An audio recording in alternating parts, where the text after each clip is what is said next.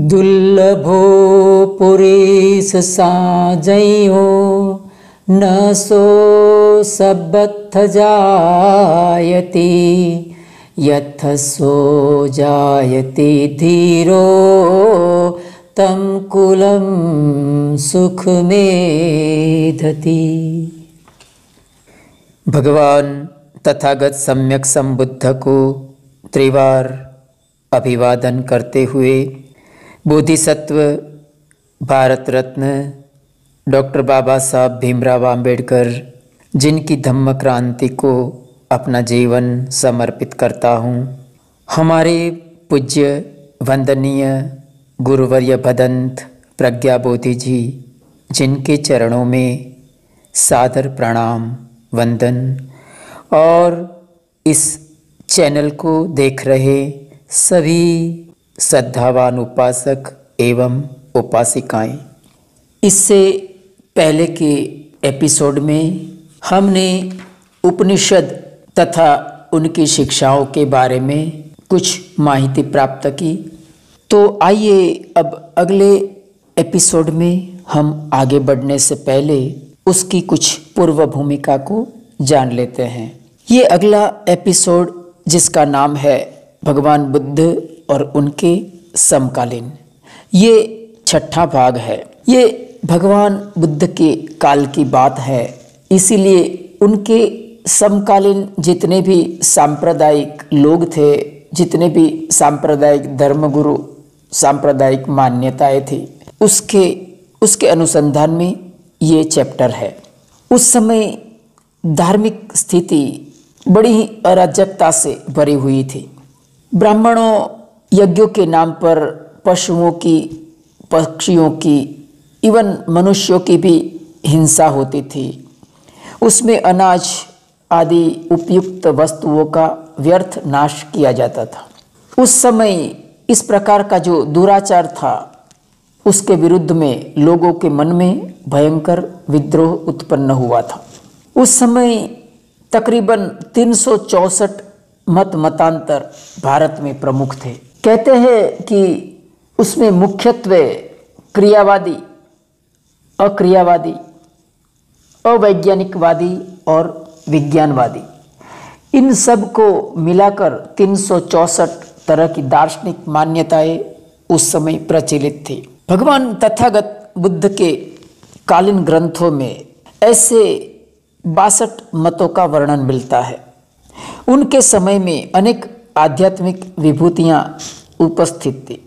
उसमें अभी जो हम इस चैप्टर के अंतर्गत बात करने वाले हैं, उसमें अक्रियावाद, जिसका रचयिता पूर्णकाश्यप था, भौतिकवाद अथवा उच्छेदवाद जिसको कहते थे, उसका रचयिता अजित केशकंबल था। अकृतावाद का रचयिता प्रकुट कात्यायन कहा जाता है, और मखली गोशाल देववाद के लिए जाना जाता था। संजय वेलट्टीपुत्र, जिसको विक्षेपवाद, संदेहवाद अथवा तो स्वेच्छाचारवादी भी कह सकते हैं, और अंत में महावीर निगंठ नाथपुत्र, जिसके दार्शनिक मत को चातुर्याम संवरवाद कहते थे। ये सब भगवान तथागत सम्यक संबुद्ध के समकालीन थे। जैसा हमने आगे सुना कि उस समय में जो वैदिक क्रियाकांड थे, ब्राह्मणों की जो सार्वभौमिकता थी, उसके विरुद्ध में लोगों के अंदर भयंकर विद्रोह था। तो जितने भी ये मतांतर थे, उसमें से ज़्यादातर लोग इस जो वैदिक मान्यताएं और ब्राह्मणों का जो आधिपत्य था, उसके विरुद्ध में थे। इतनी पूर्व भूमिका जानने के बाद आइए हम इस चैप्टर में आगे बढ़ते हैं। जिस समय गौतम ने प्रज्ञा ली, देश में बहुत बौद्धिक उथल पुथल चल रही थी। ब्राह्मणी दर्शन के अतिरिक्त 62 भिन्न भिन्न दार्शनिक मत और भी थे, जो सभी ब्राह्मणी दर्शन के विरोधी थे। उनमें से कम 6 ध्यान देने के योग्य थे। यानी अल्प में कहें तो अभी जो भी बात की जाएंगी वो 6 दार्शनिक मान्यता की है, जो कि ब्राह्मणी दार्शनिक मान्यताएं जो ब्राह्मण ग्रंथों की सर्वोपरिता थी उसके विरोधी थे। आगे इन दार्शनिक मतों में से एक का मुखिया पूर्णकाश्यप था। उसका सिद्धांत अक्रियावाद कहलाता था। उसकी मान्यता थी कि कर्म का आत्मा पर किसी भी तरह का कोई प्रभाव नहीं पड़ता, चाहे कोई किसी भी काम करे चाहे कराए, चाहे कोई किसी को घायल करे या किसी को मरवा दे, चाहे कोई स्वयं चोरी करे अथवा डाका डाले, चाहे किसी से चोरी कराए या डाका डलवाए, चाहे कोई स्वयं व्याभिचार करे या किसी से व्याभिचार करवाए, चाहे कोई स्वयं झूठ बोले अथवा किसी से झूठ बुलवाएं, आत्मा पर किसी भी बात का प्रभाव नहीं पड़ता। कोई कार्य कितना भी जघन्य क्यों न हो वह आत्मा को पाप से प्रभावित नहीं करता। कोई कार्य कितना भी अच्छा क्यों न हो वह आत्मा को पुण्य से युक्त नहीं करता। आत्मा पर कोई प्रतिक्रिया नहीं होती है। जब कोई आदमी मरता है तो उसके शरीर के सभी तत्व उन मूल तत्वों में जा मिलते हैं जिनसे उनका शरीर बना है। मरने के बाद कुछ भी नहीं बचता, न शरीर और न आत्मा। अल्प में कहा जाए तो ये जो पूर्णकाश्यप था उसके सिद्धांत के अनुसार आत्मा को सर्वोपरि माना गया था। आदमी चाहे कुछ भी करे, पुण्य करे या पाप करे, लेकिन आत्मा बिल्कुल ही जैसा है वैसा ही रहता है। इस तरह की मान्यता ये पूर्णकाश्यप का दर्शन की थी। आगे एक दूसरी विचारधारा का नाम था नियतिवाद। इसके मुख्य उपदेशक का नाम था मखली गोशाल।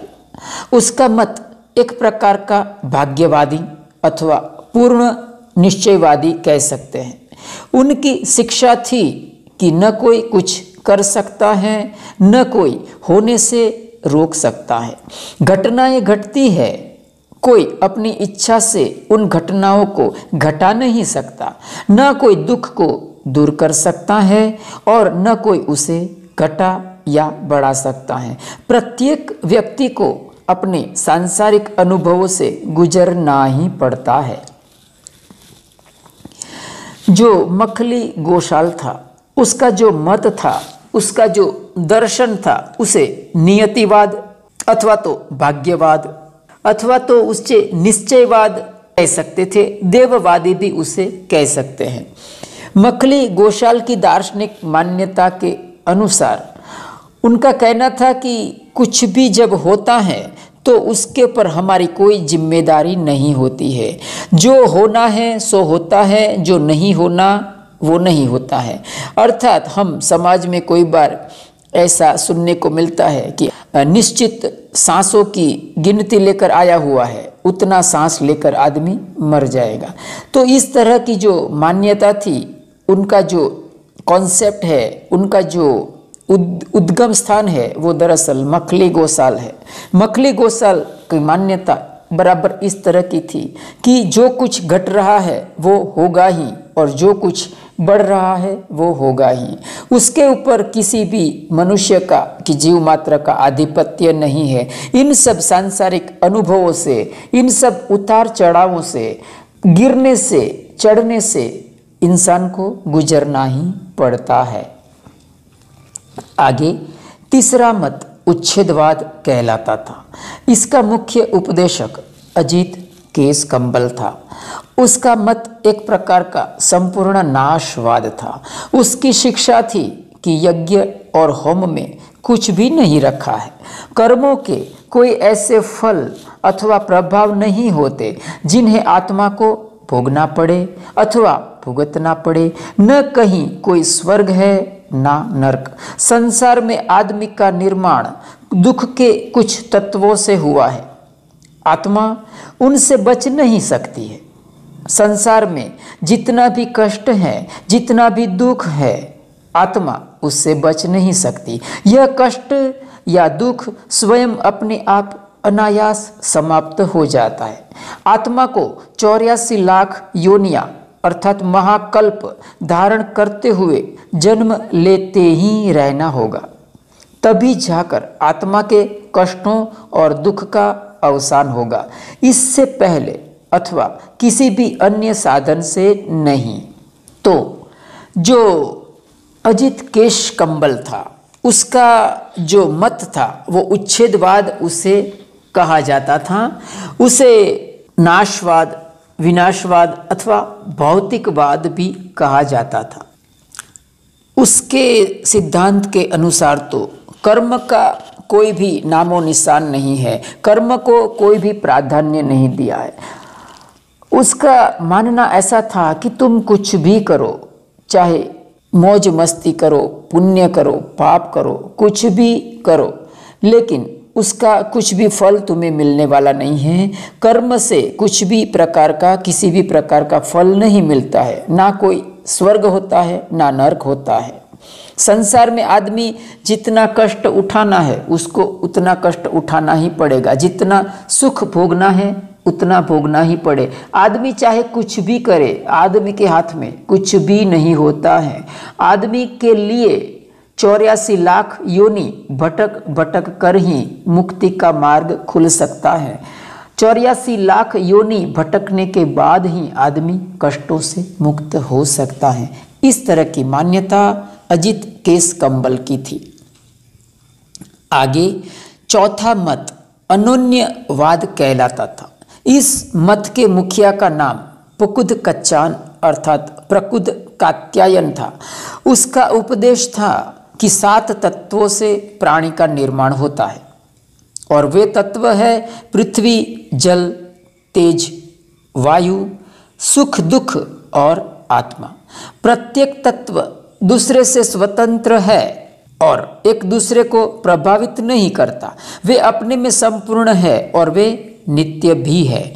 उनका किसी भी तरह से नाश नहीं हो सकता। यदि कोई आदमी किसी का सिर भी काट दे तो यह कोई मारना नहीं होता है। यह तो इतना ही है कि शस्त्र 7 तत्वों में से प्रवेश कर गया। तो जो ये प्रकुद कात्यायन था, उनका कहना था कि ये जो 7 तत्व बताए उसने, पृथ्वी, जल, अग्नि, तेज, वायु, सुख दुख और आत्मा, ये सब एक दूसरे से स्वतंत्र है। उनमें से किसी भी तरह का प्रभाव नहीं हम डाल सकते हैं। ये जो तत्व है वो संपूर्ण नित्य है, उसका किसी भी तरह से नाश नहीं हो सकता। उनका कहना यह था अगर हम किसी की हत्या भी कर दे तो भी उसको हत्या नहीं कही जाएंगी। एक तरह से उसे ऐसा कह सकते हैं कि जो परमाणु में से परमाणु निकल जाता है। इस कारण से प्रकुद कात्यायन का जो दार्शनिक मान्यता थी उसे परमाणुवाद भी कहा जाता है। आगे संजय वेलट्टीपुत्र। संजय वेलट्टीपुत्र का अपना ही एक अलग दार्शनिक मत था। यह विक्षेपवाद कहलाता था, जो एक प्रकार का संदेहवाद भी है। उसका तर्क था यदि कोई मुझसे पूछे कि स्वर्ग है, यदि मुझे लगे कि है तो मैं कहूँगा कि हाँ है। यदि मुझे लगे कि स्वर्ग नहीं है तो मैं कहूँगा कि नहीं है। यदि कोई मुझसे पूछे कि क्या आदमी बनाए जाते हैं, क्या आदमी को अच्छे बुरे कर्मों का फल भोगना पड़ता है, क्या मृत्यु के अनंतर आत्मा रहती है, मैं इन सब का नकारात्मक उत्तर दूंगा, क्योंकि मैं नहीं जानता हूँ, मैं नहीं समझता हूँ कि उसका अस्तित्व है या नहीं। यह संजय वेलट्टीपुत्र के मत का सार था। इस तरह जो संजय वेलट्टीपुत्र थे उसका मत बिल्कुल ही संदेहवादी था। स्वेच्छाचारवादी भी उसे कहते हैं या तो उसे विक्षेपवादी भी कहा जाता है। आगे छठा दार्शनिक मत चातुर्याम सवरवाद कहलाता था। इस मत के मुख्य आचार्य महावीर थे, जो उस समय जीवित थे जब गौतम प्रकाश की खोज में संलग्न थे। वे निगंठनाथ पुत्र भी कहे जाते थे। महावीर की मान्यता थी कि आत्मा को अपने पूर्व जन्मों के पाप कर्मों तथा इस जन्म के पाप कर्मों के परिणाम स्वरूप ही पुनः जन्म ग्रहण करना पड़ता है। इसीलिए उनका सुझाव था कि तपश्चर्या के द्वारा बुरे कर्मों का नाश कर डालना चाहिए। बुरे कर्मों को रोकने के लिए महावीर ने चातुर्याम धर्म अर्थात 4 नियमों बताए। एक, हिंसा नहीं करना। दूसरा, चोरी नहीं करना, झूठ नहीं बोलना, अपरिग्रह श्रृंगार नहीं करना और ब्रह्मचर्य का पालन करना। इस तरह का उपदेश महावीर स्वामी ने बताया था। तो हम देख सकते हैं कि जो महावीर थे उन्होंने किस तरह से काया क्लेश को प्राधान्य दिया और उनका कहना था कि अगर हम जितना हो सके उतना कष्ट उठाते हैं तो हम बुरे कर्मों को इस काया क्लेश के जरिए नष्ट कर सकते हैं। ये उनका जो दार्शनिक मत था उसका ये मुख्यत्वे सिद्धांत था। आगे, अपने समकालीनों के प्रति भगवान बुद्ध के क्या विचार थे?